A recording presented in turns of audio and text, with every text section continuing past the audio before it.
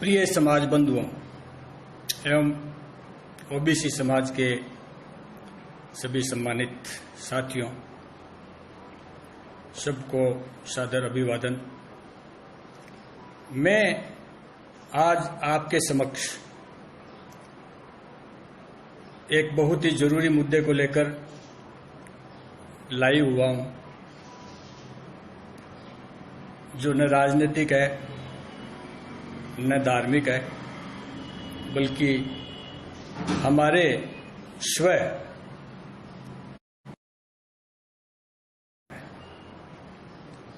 साथियों, जैसा कि आप सबको मालूम ही है, हमारी भारत सरकार हर 10 साल में जनगणना करवाती है और पिछली जनगणना जो है 2011 में हुई थी। अब उसके 10 साल बाद यानी 2021 में भारत सरकार दोबारा जनगणना करवाने जा रही है। जो प्रारूप भारत सरकार द्वारा जनगणना के लिए निर्धारित किया गया है, उसमें SC ST की जनगणना के साथ पशु पक्षियों, आपके किचन में क्या क्या है, आपके बाथरूम में क्या क्या है, यहां तक की जनगणना करवा रही है। जबकि देश के 52% जो 1931 की जनगणना में हमारे समाज की संख्या बताई गई थी, इतने बड़े समाज को की जनगणना करवाने में सरकार आनाकानी कर रही है। हमारी मांग यह है कि जब सरकार सूक्ष्म से सूक्ष्म बिंदुओं का जनगणना में शामिल किया जा रहा है, तो देश के 52% ओबीसी समाज की जातीय जनगणना करवाने में सरकार को दिक्कत क्या है। न इस पे कोई एक्स्ट्रा खर्च आ रहा है, न इसमें कोई एक्स्ट्रा संसाधनों की जरूरत है। उन्हीं संसाधनों में, उन्हीं खर्च में जो सर्वे करवाया जा रहा है, उसमें हमारी ओबीसी जातियों का भी गणना हो, उसमें जाति का कॉलम रखा जाए, यह हमारी ओबीसी समाज की मांग है। साथियों,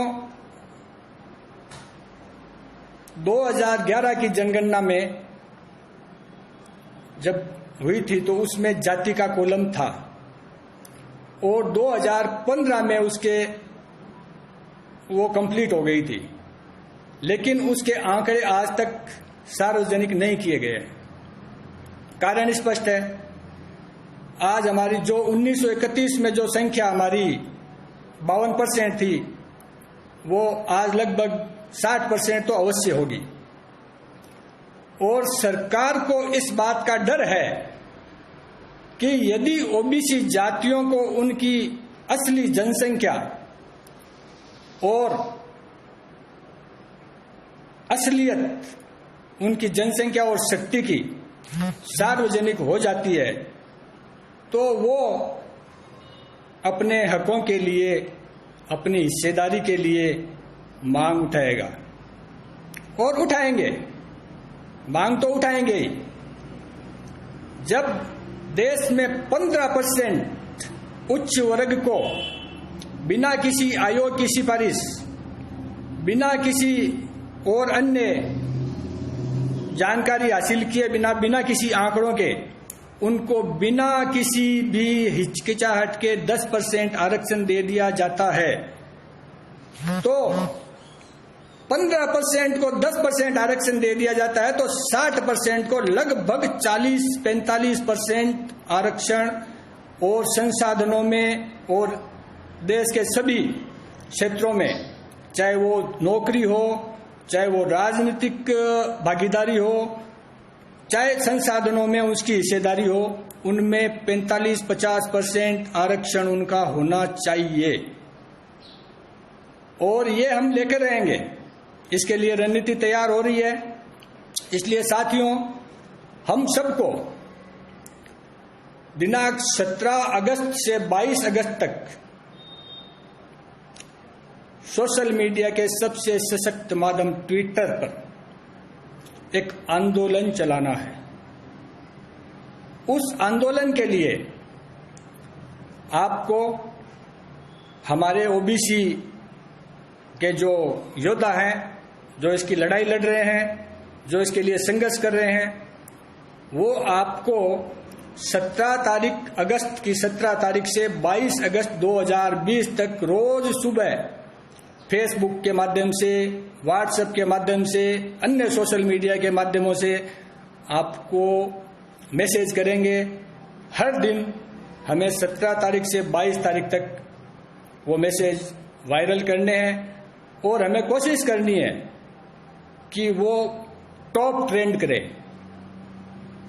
देश का 52% समाज यदि कुछ ठान लेता है तो दुनिया की कोई ताकत नहीं है जो आपको अपने अधिकारों से वंचित कर सके। इसलिए साथियों, हमें अपनी शक्ति का प्रदर्शन करना होगा, हमें अपनी शक्ति का इस्तेमाल करना होगा। धर्म, राष्ट्र तब है जब हम हैं। हम ही नहीं है, हमारा कोई अस्तित्व नहीं है, तो हमारे अस्तित्व के बिना कैसा धर्म, कैसा दल, कैसा राष्ट्र। इसलिए सबसे पहले हर आदमी का कर्तव्य ही नहीं बल्कि ये अधिकार है कि वो अपने स्व को बचाए। और ये लड़ाई अपने स्व की है, अपने अस्तित्व की है, अपने आने वाली पीढ़ियों की है, हमारे खुद के भविष्य की है। इसलिए ये लड़ाई हमें एकजुट होकर लड़नी है। कौन लीडरशिप कर रहा है, कौन क्या कर रहा है, इसका कोई मायने नहीं है। ये लड़ाई अपनी खुद की है और हमें खुद लड़नी है। हर ओबीसी